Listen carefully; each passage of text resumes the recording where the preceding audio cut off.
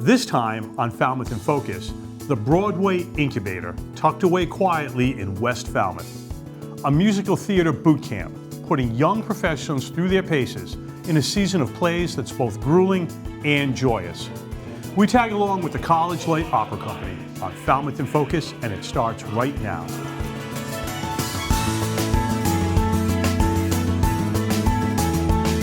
Hello and welcome to Falmouth in Focus. I'm Michael Kasparian. And I'm Eileen Preston. This is our monthly deep dive into a single topic, and this time we're talking about life in the theater. It takes a lot more than desire, more even than talent and luck. As we recently found out, it takes a certain mindset and plenty of endurance. It takes the kind of qualities that get tested and strengthened at the College Light Opera Company. They call themselves CLOC these days. And if you can picture a kind of X-Men mansion for up-and-coming musical theater talent, you've got a general idea. I love it. A group of young performers, musicians, backstage technicians, and administrators are hand-selected from around the country every season to come together. They put on 9 highly professional shows in about as many weeks. It's kind of crazy and beautiful. Let's take a look.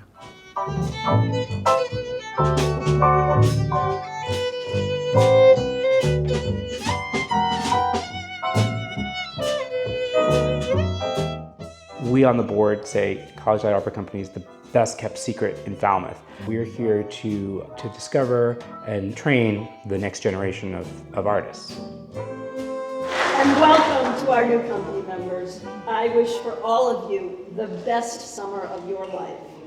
Now, what you've all been waiting for. CLOC, Class of 2025.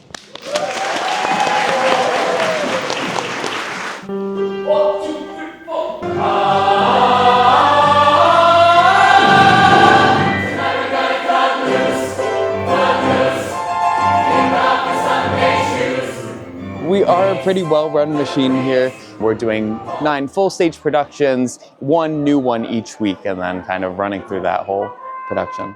It's not for the faint of heart, but luckily we have a company full of really enthusiastic people for the vocal company, the scenic teams, everywhere on the company. We have people who are really dedicated to this craft, so it really makes it an easy process. I knew coming into this it would be a lot, but this is what I love, right? And it's been so fun, but it's literally been wake up, eat 20 minutes, let's eat, let's rehearsal, eat, rehearsal, and bed. Yeah. Once we get later on in the season, like we're performing a show at night and rehearsing a different show during the day. So that's a lot of things we have to like keep separate from each other, but also keep like together in our heads. For me personally, as an opera-based girl, acting and dancing is something that I don't have a lot of experience in, and getting to be in both operas and musicals here is going to give me that, and it's going to be great. I'm so excited just from the growth.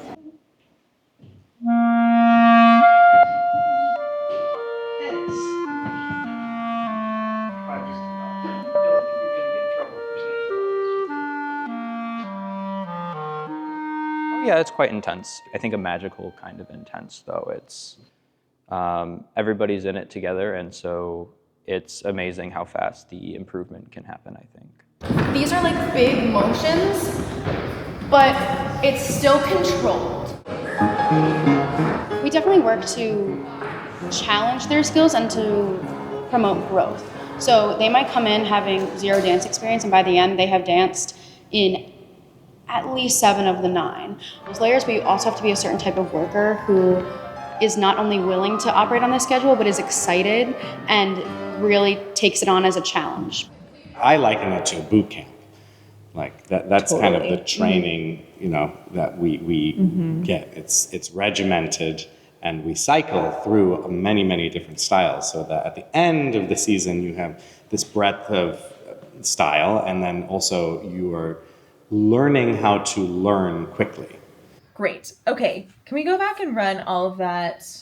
What's great about it is like the actors have to trust their instincts and they can't second guess what they're doing. We get it up on its feet often, and then once we go through tech rehearsal, and once we get it up in the theater, we still have an extra day of rehearsal where we get to go find all that nuance and go find all the work notes and stuff. So we do get time for nuance. It's just maybe in a different order than you might do in a 3-week rehearsal process.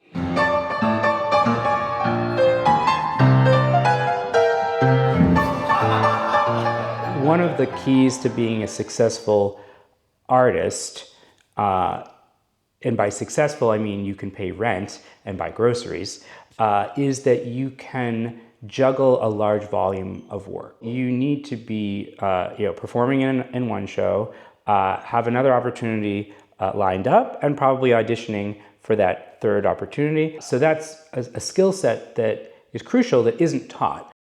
The large Tudor-style building known as Bridgefields Hall or Skull House or the West Falmouth Inn or simply the Inn has been around since 1895. Bridgefields Hall had always served as our largest dormitory, our dining facility, our costume shop is in the old Pony Room Lounge in the back, and also our main rehearsal and office facility. So all rehearsals took place in the large Tudor living room, while music practice happened in the dining room. They would have to clear all the tables and roll the piano out. So we embarked on a $4 million capital campaign to build Lucas Hall. And this building is the only building on campus that doesn't have any bedrooms. It's not a dormitory. It is strictly a working building. The heart of it is the large rehearsal hall, which has huge cathedral ceilings, plenty of natural light. It has a sprung floor for dancing. That just means that it's a little cushioned, so it's good for your joints.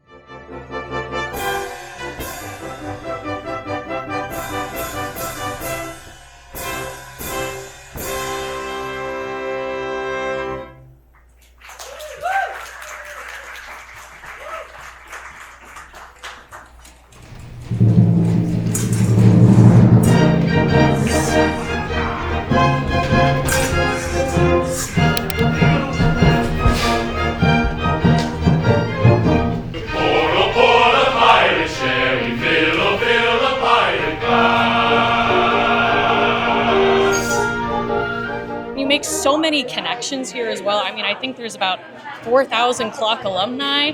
I know our director for Pirates, James Mills, he says he always wears his CLOC sweatshirt at the airport because someone will recognize him and come up to him and talk about, oh, I was the class of '87, oh, I was the class of 2004. And it's just such a fun alumni family that you get to be a part of that really introduces you to the big wide world of the theater industry.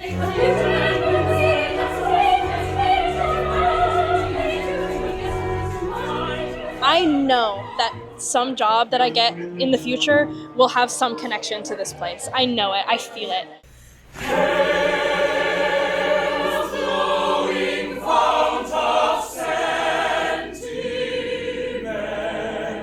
I have 2 more years till I graduate, and then I would like to move to New York and audition and hopefully one day be on Broadway. We like to say that once you've achieved CLOC, you can do pretty much anything.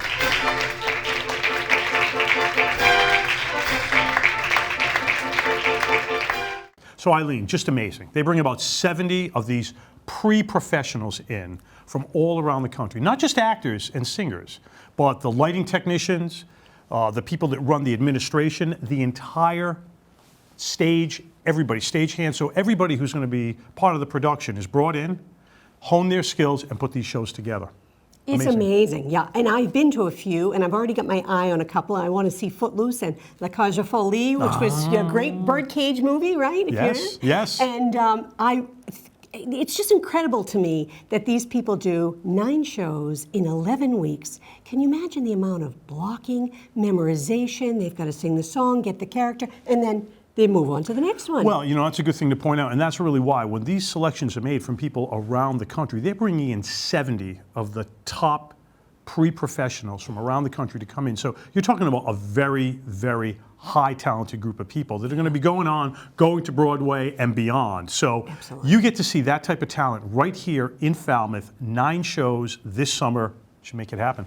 Fabulous. Yeah. And you know, that X-Men mansion that you said, you know, living there, I think there's 32 of them all living in that house down in West Falmouth.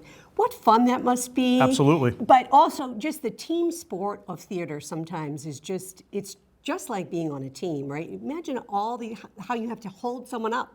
I just think it's fabulous. We took a tour of that house once when they had built the new practice area and all, and they talked about how when they come, they also have chores and they're all participating. It's not just you come and live here and we have maids clean up after you. Everybody's got chores and they take care of the whole thing. So it's kind of like this pre-professional, adult, talented summer camp kind of in a way, where they get to do a show every week. Well, let me tell you, they're pre-professional when they have to do the chores, but when you see them on stage, it's amazing. Professional. Absolutely. 100% great shows. Yeah. Yeah. So that's going to wrap up our show for the moment. I'm Eileen Preston. And I'm Michael Kasparin. We'll be back again soon with our usual roundup of local activities and FCTV member engagement with the community. Until next time, we'll see you around town.